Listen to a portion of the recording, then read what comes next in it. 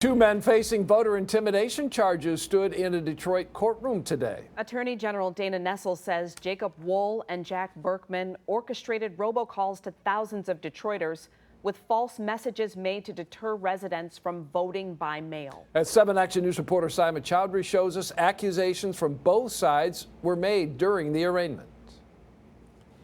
At what point does a robocall sent to thousands of Detroiters turn into voter intimidation? Well, that's what the courts will decide in this case. Jacob Wohl and Jack Berkman made their first court appearance today, and both sides are ready to make their point after this message was sent out to thousands. Your personal information will be part of a public database that will be used by police departments to track down old warrants and be used by credit card companies to collect outstanding debt. The Secretary of State tweeted this example of the robocall that went out to 12,000 Detroiters. Unlawfully and unfairly attempt to deter people from voting. The state attorney general's office says the robocall is a form of voter intimidation.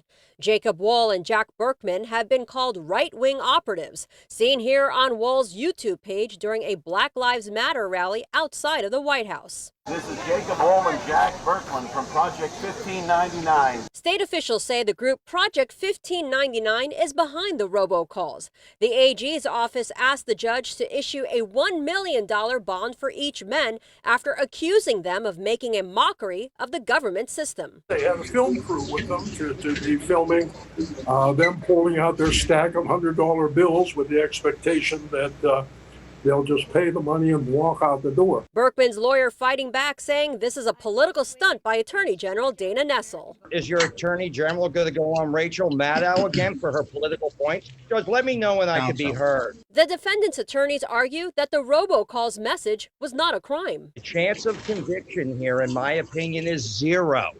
Absolutely zero. It's involving a robocall, which is protected speech. In addition to the message saying voters' information would be used to track down those with outstanding warrants, the message said the CDC would use the information, forcing mandatory vaccines.